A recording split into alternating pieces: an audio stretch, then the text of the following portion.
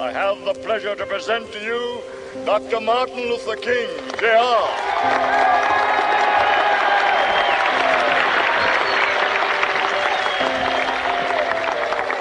I am happy to join with you today in what will go down in history as the greatest demonstration for freedom in the history of our nation.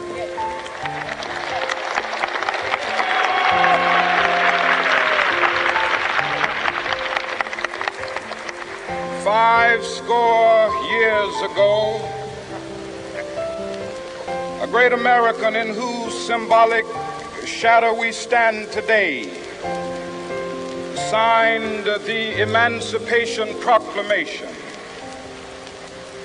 This momentous decree came as a great beacon light of hope to millions of Negro slaves who had been seared in the flames of withering injustice.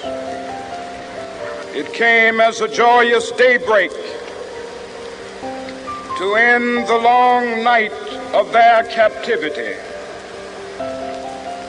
But 100 years later, the Negro still is not free. 100 years later, the life of the Negro is still sadly crippled by the manacles of segregation and the chains of discrimination. 100 years later, the Negro lives on a lonely island of poverty. I have a dream that one day this nation will rise up and live out the true meaning of its creed.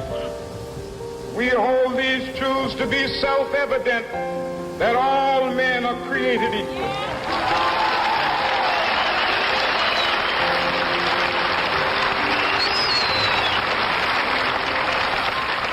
I have a dream that one day on the red hills of Georgia, sons of former slaves and the sons of former slave owners will they be able to sit down together at the table of brotherhood. I have a dream that one day, even the state of Mississippi, a state sweltering with the heat of injustice, sweltering with the heat of oppression, be transformed into an oasis of freedom and justice. I have a dream. My four little children will one day live in a nation where they will not be judged by the color of their skin, but by the content of their character. I have a dream today.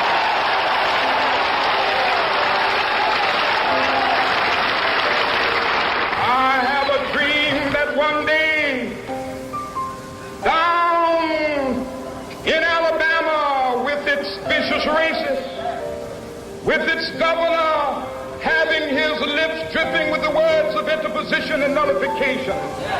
One day right there in Alabama, little black boys and black girls will be able to join hands with little white boys and white girls as sisters and brothers. I have a dream today.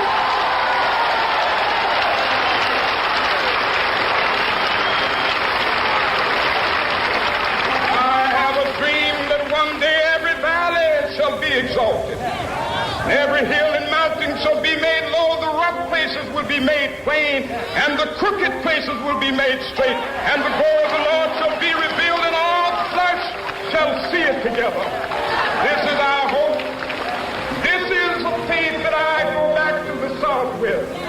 With this faith, we will be able to hew out of the mountain of despair a stone of hope. With this faith, we will be able to transform the jangling discords of our nation into a beautiful symphony of brotherhood.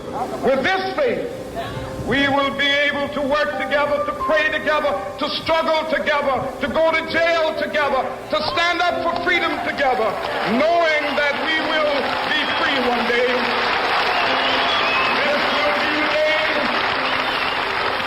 This will be the day when with new meaning. My country, tears of thee. Sweet land of liberty, of thee I sing. Land where my fathers died, land of the pilgrim's pride.